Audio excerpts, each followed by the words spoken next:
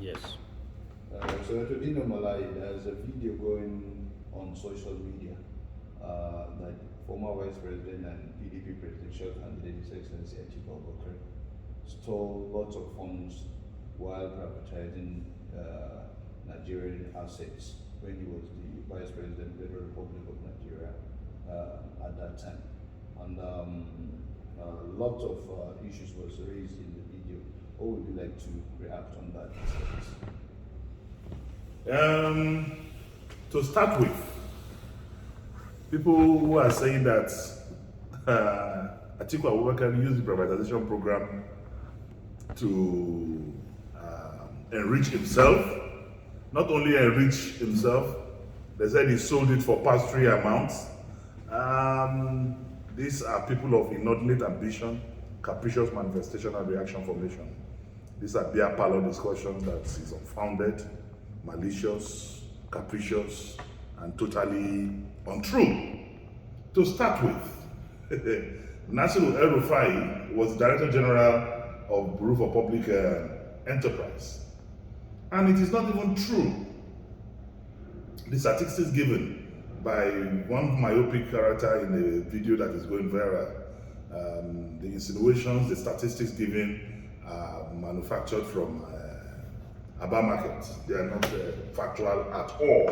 And it is impossible for a privatized enterprise to perform below expectations. According to BPE, as of 2018, 37% of all privatized firms are having challenges, according to the BPE, as far back as 2018. But BPE also reported that 67% of 142 privatized enterprises in this country are doing well. So why will any single Nigerian single out only 3 out of 147 privatized enterprises in Nigeria that are doing well? And to now malign the character and person of Atiku Abubakar. We have also forgotten that this Atiku Abubakar is responsible for the telecommunication industry. What was happening in the telecom industry in 1998 and backwards. And nobody is giving that credit to Atiku Abubakar now, that he revolutionized the telecom industry. Without that revolution of the telecom industry today, there will be no GSM. Without that, there will be no ATM machines. Without that, there will be no bank ATM cards. Without that, emails will not work effectively. And this is a man that has brought modernization to the present-day Nigerian economy through revolution in the IT and telecom industry. But nobody is looking at looking at that. Nobody is even looking at how he revolutionized the banking sector of this country through the instrumentality of Soludo. And these were all projects initiated and supervised by Atiku Abubakar. The consolidation of banks is done under his supervision. Today, where would we have been with the type of banks we used to have before today? And would have the issue of power would have been history if he was listened to when he advised for the diversification of the power sector, when he was talking about alternative sources of energy as far back as 2003, 2002, but he was not listened to at that time. So for some characters who have commercialized their consciences and minds, who have been induced by external forces to come and be talking about a reputable Nigerian like Atiku Abubakar is actually very, very laughable. And there's no gainsaying that Nigeria has derived enormous benefit from the creation of a liberal environment for that facilitates the private sector participation in key sector of our economy. Today, IT sector in Nigeria is undeniably the fastest growing service sector of the Nigerian economy.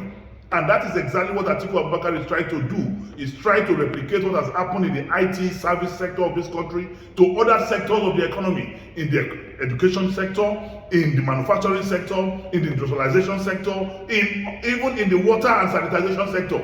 All Atiku is trying to do is to make sure that the same concept of development that has been introduced in the IT sector is replicated in this other economy, and he has succeeded in his private endeavor in all these sectors. So there's no reason why he will not succeed in the at the national and federal level.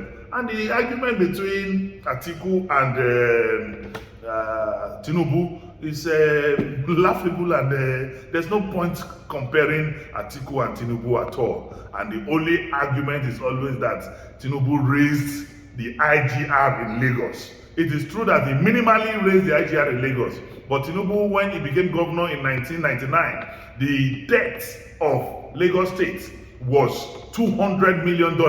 By the time he was leaving, it grew to billions of dollars. Is that the type of president we want? Today, as I speak to you, Lagos State is responsible for 6% of our external debt. Lagos State alone is responsible for 6% of our external debt and about 4% of our domestic debt. Is that the type of character we want to raise as the president of the Federal Republic of Nigeria? Atiku is a billionaire with enterprise, while Tinubu is a billionaire without enterprise. So we should discountenance these rumor mongers, liars, beer parlor discussions that try to disparage the person and personality of Atiku Abubakar. Atiku Abubakar is one Nigerian that we must embrace, because more than anything else in this country now, we need a unifier, because this country has never been this divided in our history, not even during the Civil War. But today, we are so divided, and without unity there can be no peace, and without peace there can be no development. So the only one who has the character, who has the temerity, who has the capacity to unite us as a people, as a father figure in Nigeria today, is Atiku Abubakar. And once we become unified, then injustice will be treated.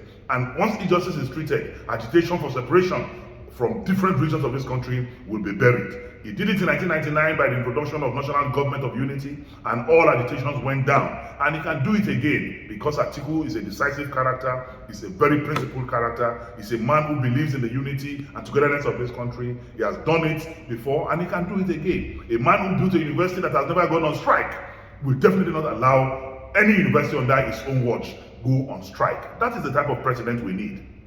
Thank you.